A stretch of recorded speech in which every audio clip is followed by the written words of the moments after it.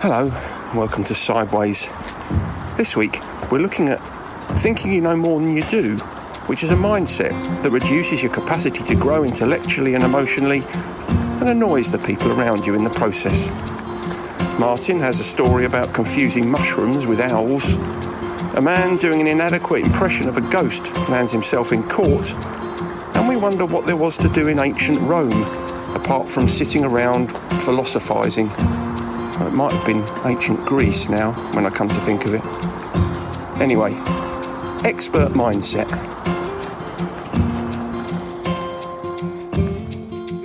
Good morning. Good morning. Can you hear me okay?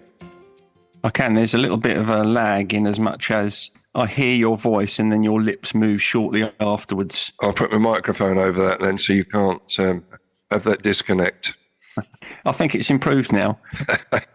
Would you consider it unprofessional to record a podcast whilst having one eye on the England-India Test match? Very, but then again, that's the hallmark of our episodes anyway, isn't it? What, you mean unprofessionalism? Absolutely, yeah. We embrace it. So is the cricket going badly at the moment? No, it's going very, very well, actually. Excellent. Well, yeah, you can keep one eye on it, mate. I'll keep one eye on it, and if it starts to distract me, I'll put an envelope over it. You're watching it on your phone? Yeah. Okay. It's like full multimedia here. Well, I'm going to... We touched on this last week. We mentioned expert mindset, which is what I wanted to do my notes on this week, which is sort of... it's the polar opposite from last week's episode on the beginner's mindset that we did. And I think the upshot of it was, after last week's episode, and I'm sure you'll agree, that the beginner's mindset was indeed a desirable attribute. Yes. And so I was sort of interested in researching the other end of the scale to see if anything good lurks there. But a bit of a spoiler. I could only think of one thing. So yeah, there isn't. I'll be interested to see what you've come up with. No, there isn't really. That's a bit of a spoiler alert. There isn't really anything good about it at all. Oh, great! We can all get off and watch the cricket then. We can, yeah. Job done. There's a few points I wanted to touch on though regarding that, and it's mainly revolves around when people think they know all the answers, which is where people think they got an expert mindset. But anyway, before we start. There's a couple of things that drew my attention this week. There was one little story about the Animal Welfare League in Arlington County in the USA. Yeah. Okay. Now they were called out to rescue an injured owl, and when they arrived on the scene, it turned out to be a large mushroom. So I know we sort of like these stories. Remember the croissant in the tree story that we had that was one or two ago. One of my personal favourites. Yeah, I think foodstuffs posing as animals. It's always funny, isn't it? That must have been a hell of a mushroom. It must have been, mustn't it? Yeah, I'm imagining it was some sort of oyster mushroom because at least it's got a fairly hefty stem, hasn't it? And then yeah, it didn't go into details. It's just that there was confusion and people called the animal welfare people out. If there was an injured owl, wouldn't you think the person who alerted the authorities would be close enough to it to notice that it was in fact a mushroom? You'd have thought so, but I don't think the story needs too much analysis really, because I haven't got any details. It was just almost a headline really. But there's another headline that I quite liked. Yeah, go on. That did make me laugh. Was a man fined for pretending to be a ghost in Portsmouth Cemetery. Now that's I don't know why you get fined for it, but apparently. And, it's quite frightening. Well, a police spokesman said, and I'm quoting here, witnesses complained about Anthony Stellard throwing his arms in the air and saying "woo." Not much of a ghost, is it really? But no, I mean that's certainly living up to the stereotypical image that we have of ghosts, isn't it? It does. If it had sort of made some rattling chain noises as well, it would have added to the story. Oh, yeah. But the court heard that the 24-year-old had been out drinking. Right there. There it is. Yeah. He'd been out drinking with friends. Well, he went to the Kingston Cemetery in Portsmouth where they started to play football. I mean, you don't go around playing football. No. Anyway, that's disrespectful. Mind you, lots of potential goal posts, aren't there? There are. But running over graves is not great, is it? Not really. Anyway, he was fined £35 and ordered to pay a £20 victim surcharge. So I don't know. Yeah, I don't know who the victim was there. Well, I expect someone who'd been spooked by his rather inadequate impression of a ghost. It was, yeah. I don't know how they come up, but they measured that at 20 quid's worth. But there we go. That's not. I mean, £20 doesn't sound like a lot of emotional damage, does it? No, it hasn't upset. You probably just cacked yourself or something like that.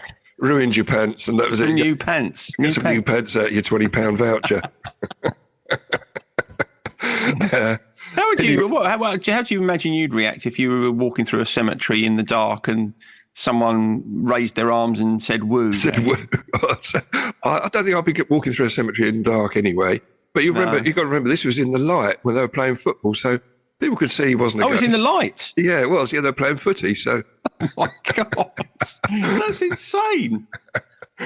Anyway, the poor lad, he got fined, so he won't do it again, probably, till he goes out drinking again. That's where it is, isn't it? Yeah, I mean, there's a direct line that you can draw between those two events, isn't there? I mean, essentially, you can say if you go out and get bladdered, the likelihood is you're going to end up in a cemetery raising your arms saying "woo." And we all know how that ends. There's a direct consequence of drinking. It always is, yeah. Anyway, we go on to the subject matter, shall we, about the expert mindset? Yeah, let's do that. As I say, there wasn't a great deal there, really, but I found a definition, which was, and I'll read it out, which is an attitude taken when someone believes that they know everything there is about something in order to achieve what they need to do. With this mindset, people make assumptions and don't tend to ask questions about a given situation before they make a decision. In the expert mind, there is only a few answers. So it's the absolute opposite to what we were talking about last week, where a beginner's mindset is basically an open mind. Yeah. And you take it and consider all the situation carefully before making any decisions without any preconceived ideas.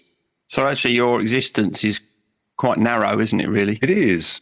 It is. Now, it can be called a closed mindset because you feel like there's nothing else to learn. And I know last week we talked about the benefits of a beginner's mindset and how to work towards that. So I don't want to go over old ground. But what did come up was that the most dangerous aspect of this expert mindset is when people think they know all the answers, which can be quite relevant in the recovery community, because sometimes we do come across people that can give perhaps advice that is dangerous or it's not considered. And because everyone's journey is different, raising of eyebrows, use of that word. You almost made me say "woo" there. You did. You threw your arms up. You rattled your chains. It happens rarely, fortunately, but now and again you do come across people that think they know it all. And I think when we first go into recovery, we feel we know all the answers anyway. And we do you? So I find that quite surprising. I know you've kind of touched on that before. The sort of you get into recovery and you kind of resist people's attempts to put you straight and tell you how things are. Yeah. But what do you think? What do people tend to think they know about recovery when they get into it? They think they know that the situation is probably temporary. They think they know they can go back to social drinking. Okay. They just need to do a detox, press the reset button and go back to exactly where they left off without any other consequences. Right. So just to essentially I've got to do the time. Yeah. And then I'll be back to normal. Yeah, exactly. Yeah. And I think that's the biggest hurdle and biggest obstacle that most people come across. Certainly I felt that myself.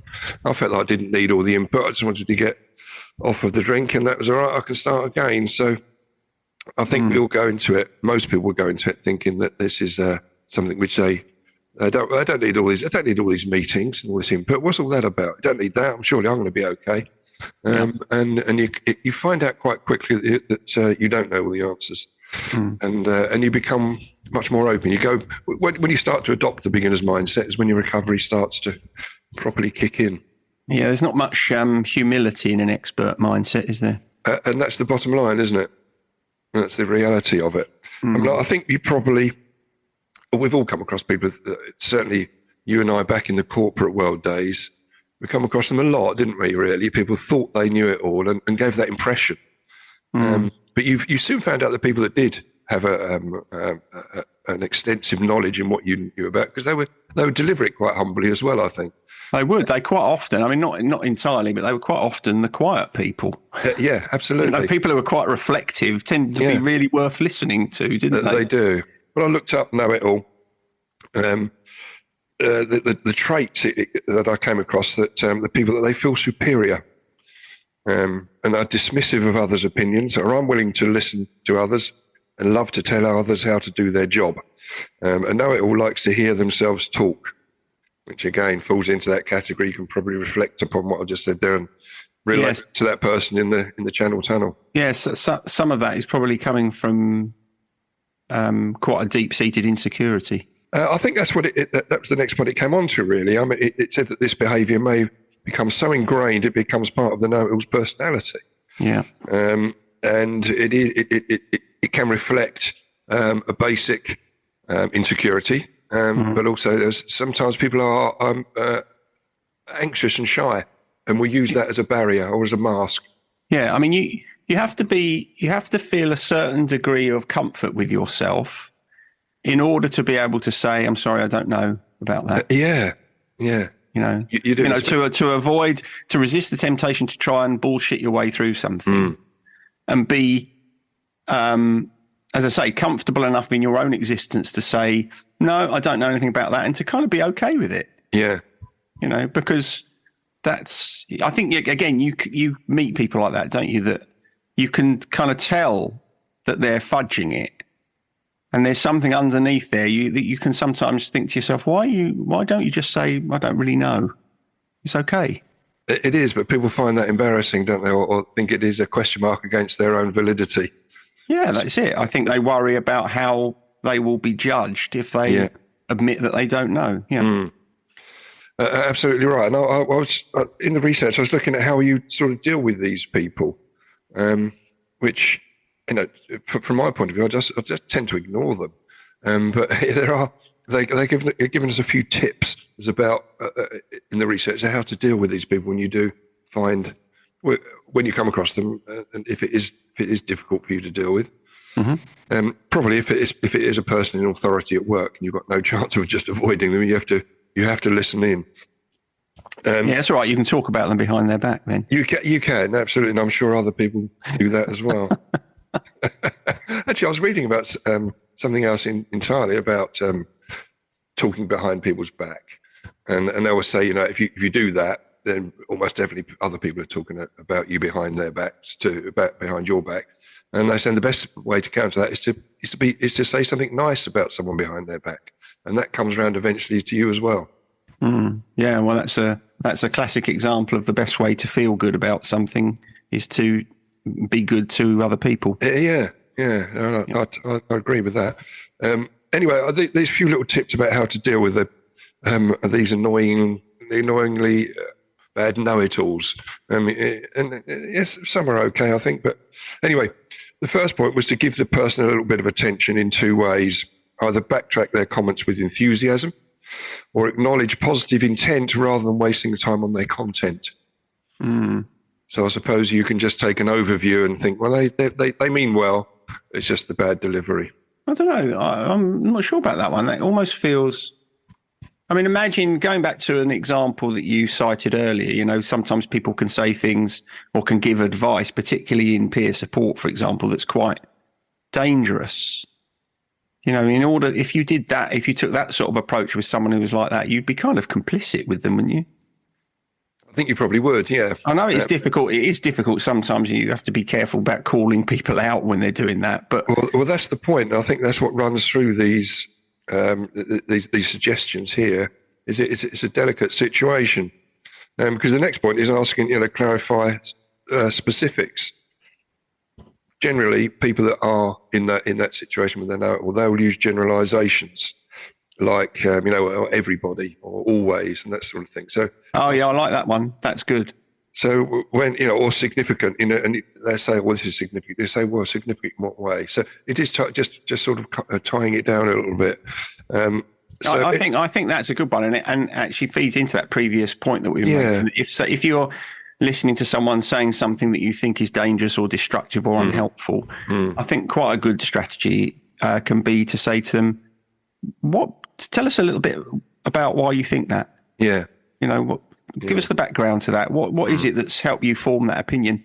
Because that in a way is a way of potentially flushing out that sort of erroneous sense of self-importance without shaming someone, which isn't very helpful.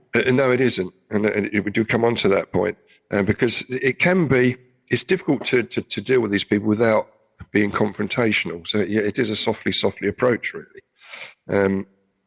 And the next point was to give the person a break, resist the temptation to embarrass them, make them an ally, giving them a way out, and again, maximising or minimising the chance of putting them on the defensive.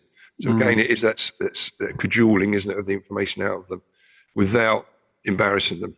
I mean, it may end up embarrassing if you ask for specifics, and there aren't any. But yeah, I think that's right. I think it's useful to try first to do something that in some way helps them to moderate or alerts to them that perhaps their sense of knowledge is not quite as watertight as they think it is. And I think there are also situations where that doesn't work with people. And I think it's at that point you probably have to say, well, I'm just going to give you a wide berth. Yeah, you're right. But I think people engage. I think in these days of social media, in the days of retweets, do you know what I mean? So someone will pass on some information as if it's they're agreeing with it, but with no real knowledge about what's behind it. So that's quite a tough one, isn't it? So it's much easier face to face to use these tips. When it's online, it's very difficult, isn't it? You're never going to get to the bottom of it. I think online, when you're seeing stuff like that on social media or Twitter or whatever, I think that is a great example of where it is much better for your own well-being and mental health to just give it a wide berth. Just get around. Yeah. There's absolutely nothing to be gained from engaging with a keyboard warrior who thinks they have all the answers. Yeah. Because that's just like a race to zero, isn't it? You're never going to get anywhere. Yeah, no, you're absolutely right. So you're much. I think you feel much calmer and happier if you just don't engage in those sorts of conflicts. You're right, and when there is a confrontation, the last point really was to use gentle confrontation to tell the truth about the consequences of their negative behaviour. Which again, I think you could be quite a special person to deliver that sensitively enough, not to upset and embarrass the other person. But I think it can be done.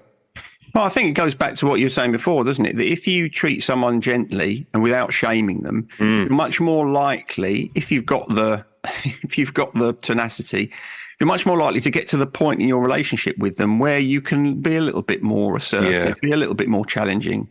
Yeah, you're right. If you just call someone out immediately or you shoot them down, then the likelihood is that you'll never have that opportunity. It is difficult though, because I think we all know how frustrating and annoying it is when someone appears to think they know everything. Yeah, it is. And I think that the last point really was to actively look for and notice what this problem person is doing right, and give them credit where credit is due. So if there's, you can pick bits out and say, well, that's really good. This is, what you said there is absolutely right. But this bit, perhaps we just need to explore a little bit further.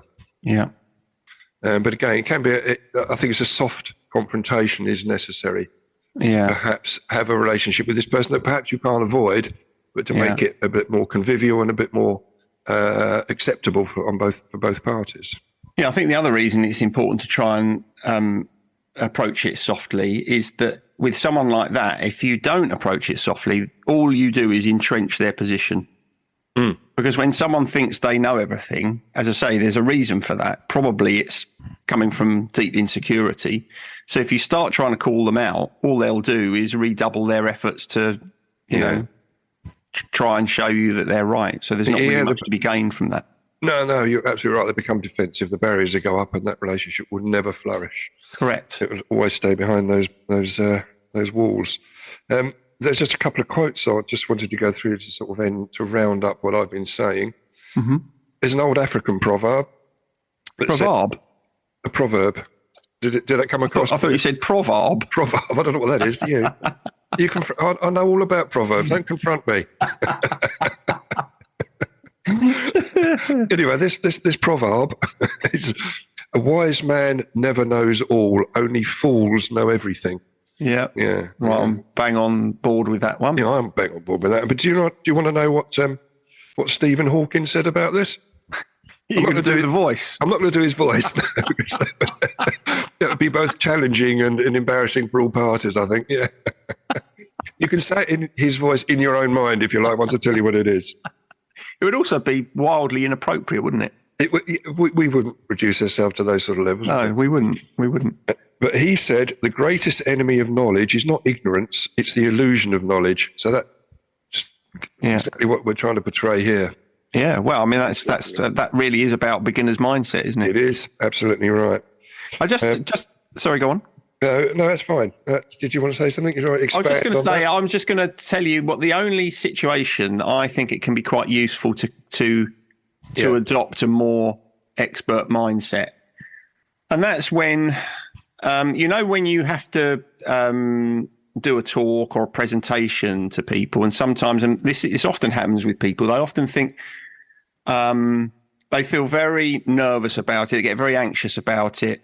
And part of where that anxiety comes from is their lack of recognition that they are actually expert in that subject. Otherwise, they wouldn't be doing a talk on it, right? You know, it might be something at work, or it might be an interest you have, or you might be running a peer support group, right? So there's a degree of knowledge and experience that you have that, in comparison with other people, might make you an expert.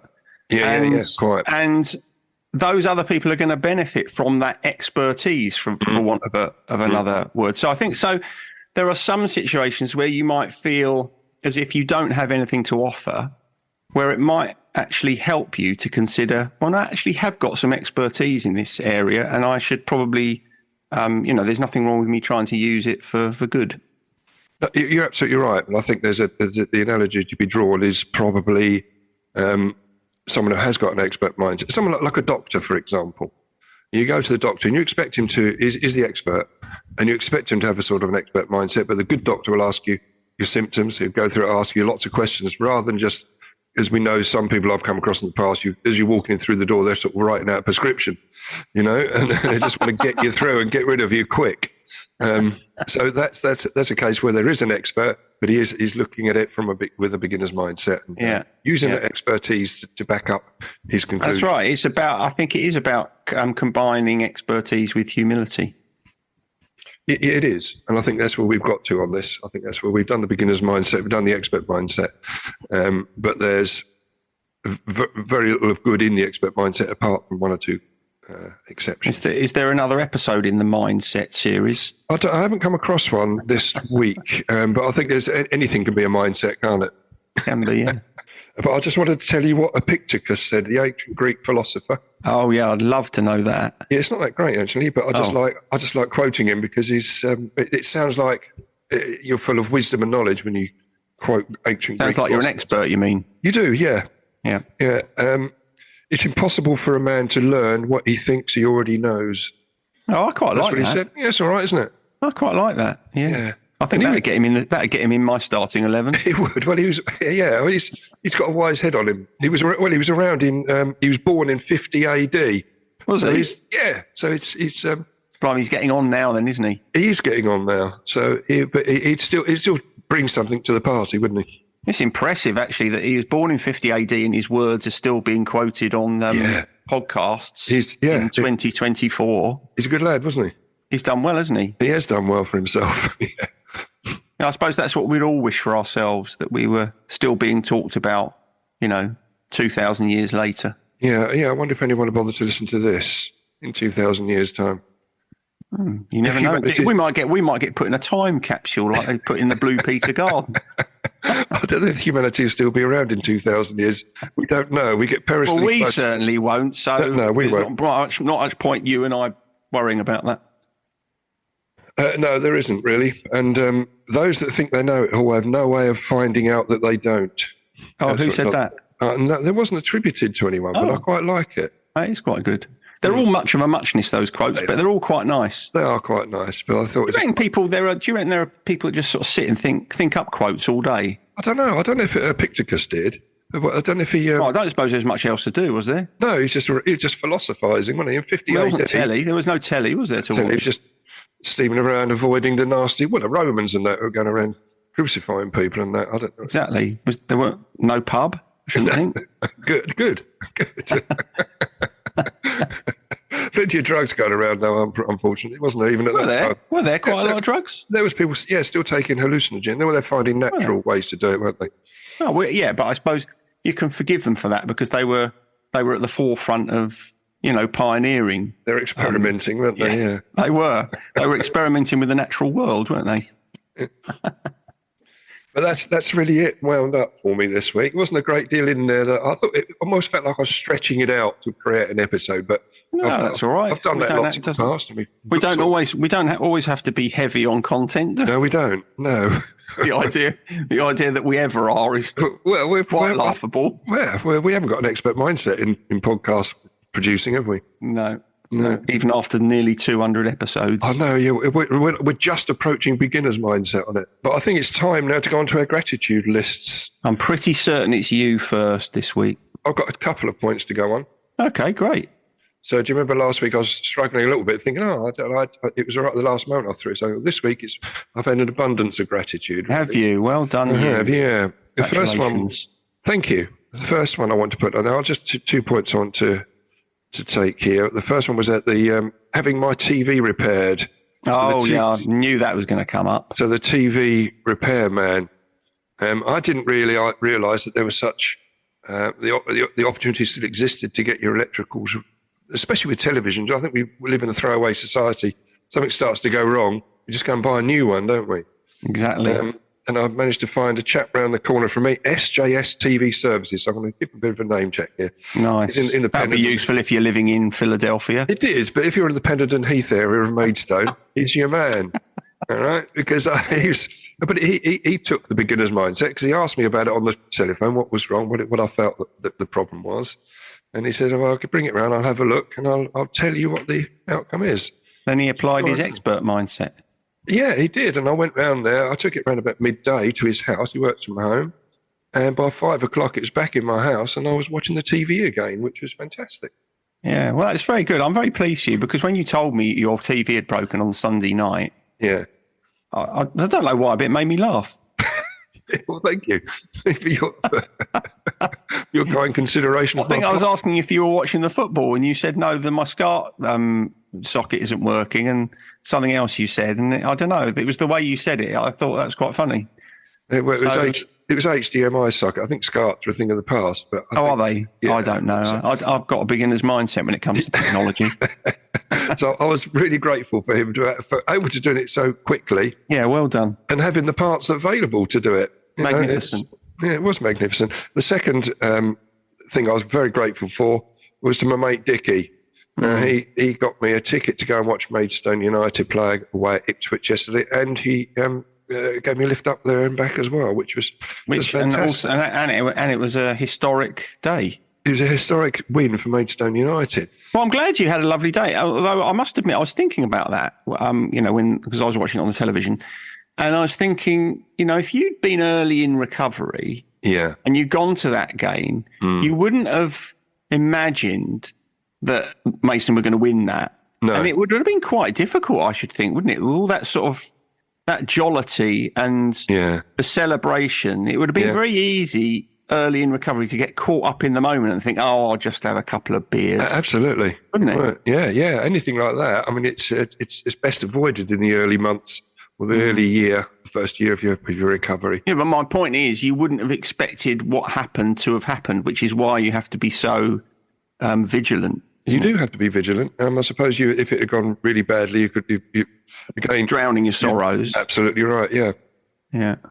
Especially when you see all the Maidstone fans congregated at one pub and they're all spilling outside, or getting involved in a bit of revelry. Yeah, it would have been very, very tricky. Not for me, but it was a fantastic day. Lovely. So I was very grateful for Dickie for sorting that out for me. Good. And what about yourself on your gratitude list? Well, I've got winter sunshine on my gratitude list. Okay. Now, go on. Yeah, let me explain. Please. I mean, obviously, winter sunshine is lovely anyway, because when it's cold, it's nice to see the sun. But the other day, I was walking the dogs around a big field in West Malling, and it was really sunny. And even in January, you could feel the warmth of the sun. Mm. And there's something, I mean, I spend a lot of time outside walking the dogs, and there's something really lovely about feeling the warmth of the sun on your skin, even in the middle of the winter, which reminds you that actually spring's not too far away.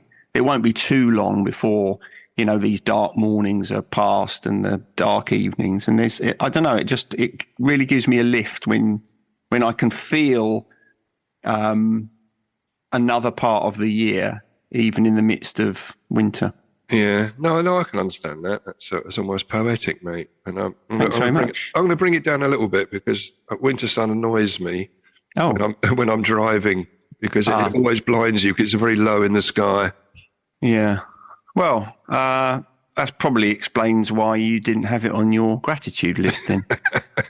but next week I'm going to have winter sun again because it's quite funny the idea of you not being able to see when you're driving. But I do appreciate. I know what you're saying. When you're out in the countryside, in nature, the winter sunshine it can be very nice. So I'm being a little bit flippant. I know. I mean, it's probably difficult for some people to understand, but when you've got to get all your flipping garb on, your coats and your thick trousers and your gloves and your hat, it's a bit of a faff. It's quite nice in the spring and the summer where you can just, pick up the dog lead and get out and in the fields. I know. Yeah. I'd much prefer the warmer climate. I don't want it too warm. Nothing above 20, obviously. No, I know you like. There's a median point for you, isn't there? Yeah. Okay, we'll move away onto the feature we normally put in here, which is 100 skills every person should master, off of that list that you sent me. And this one was to speak a foreign language. Now, I don't know about you, but I'm always in awe of people that can speak another language. And I think us Brits are very, very bad at learning another language. Yeah. And it's not something that I've ever been able to. No, I completely agree with that. Yeah. But this might be controversial, but I think the difficulty we have is, and this is going to probably sound a little bit arrogant, but okay. I really don't mean it to. I think the difficulty we have in this country is knowing which language to learn. Yeah. If you aren't a native English speaker, it's pretty obvious which language you need to learn at the moment. I mean, it may change in years to come. It might be, Mandarin or something. But in the past, it's always been obvious, well, what second language should you learn? You should learn English. But that's not obvious, is it here? No, it isn't. When you grow up speaking English, what do you learn? French or Italian or Spanish or Mandarin And I think that's one of the reasons why we're so poor at learning languages. Having said that, whenever I'm abroad, I always feel embarrassed about my inadequacy. I've got a smattering of French, but that's about as far as it goes. Oh, that's right. And I think that comes from, most of the schools will teach us French when we're growing up. It's not something which we take seriously. No. I've got a few words in other language. I mean, I can tell you what a cauliflower or strawberry jam is in German, but I'm not sure that's terribly helpful. It's not really. I think I learned how to order beer in most languages at one point, just in case. Yeah. And if you don't know how to say it, just point at the pump. Point to the pump and shout louder. And the job done. And which is what we do. But I think people that speak another language, I always find it fascinating. Yeah, no, I have a lot of respect for linguists. And yes, I think it is. I think it is a very good skill to have. Yeah. Absolutely right. But not essential, but it's a good skill. Mm. Okay, on this day in music, but which year? Number one single in the UK. Do you know which year? Hit Me With Your Rhythm Stick by Ian Dury and the Blockheads. Do you know what year that would have been? It's got to be late 70s. I'm going to go... Oh, this is tricky. I'm going to go 77. 79. You're 2 years out, mate. You don't get a point. I was going to go 79. You were very close. Oh. You were very close. Go with your first gut feeling, mate. Yeah, I should have gone with my gut feeling, because I would have been right. You would have been right. Okay. So after last week's magnificent show of getting points on every question, well, see if you can redeem yourself here. Do you know when Andrew Ridgeley from Wham was born? Oh. Andrew Ridgeley from Wham. Would he be... 26th of Jan is his birthday. What's the date today? The 28th of Jan. 28th. So we're 2 days late. So, but Andrew, I hope you had a happy birthday. Yeah. This is tricky. He's not going to be. I wouldn't have thought he's wildly different age from me. So I'm going to go 69. 1963. Oh, he's older than me. 61 years old, yes. He was 61 a couple of days ago, yeah. This is quite poor, and it's like one of those times where you've seen a great victory, like Maidstone away at Ipswich, and they lose at home to Braintree. Yeah. Although they did draw with Braintree on Tuesday, but I know what you're saying. So this is the age, the year that someone died. Yeah, it's quite tricky actually. Demis Roussos. Oh, Demis Roussos. He was a big unit, wasn't he? He was a big. He was. When I was looking at this, I was looking at what he'd been in the play. He was in the band with Vangelis, would Aphrodite's child as a. Yeah, was he a contemporary of? Was Demis Roussos a contemporary of Nana Mouskouri? I don't know. They're all Greek, weren't they? Were they? Like Retsina. Like Epictetus. Yeah, of course. Epictetus, sorry, I said his name wrong. I got all these years. He was Greek as well. So how old was Roussos when he shuffled off this coil? I will tell you. He died at the age of 68. Okay. I'm reckoning, I'm going to say 2012. 2015, so you weren't too far out, mate, but nil point. Well, that's all quite poor, isn't it, really? I got within a shout of all of them, but... You did? Well, I got in the right decade. You did? Yeah, no, you were close. But saying nil point shows you I have got a smashing of a foreign language, you see? Yeah, you've only learnt that from the Eurovision Song Contest. Absolutely right. Couldn't hold a conversation with it, with that little bit of knowledge. Well, you could if you were a judge on Eurovision. That's the only time it would come into consideration, yeah. All right. That's about it, mate. Good. See you next time. See you later. Cheers, mate. Laters. Bye. Bye. Sideways was created by Graham Landy and Martin Pankhurst. If you want to read more about our work or sort through the extensive archive of past episodes, just visit grahamlandy-wellbeing.co.uk/sideways-podcast. You can follow us on Twitter or Facebook or Instagram at Sideways Podcast, and you can email us if you have a question or if there's something you'd like us to cover. But most of all, we want to tell you how grateful we are that you come and listen, and we ask that if you've enjoyed what you've heard, that you spread the word. And we'll see you next week.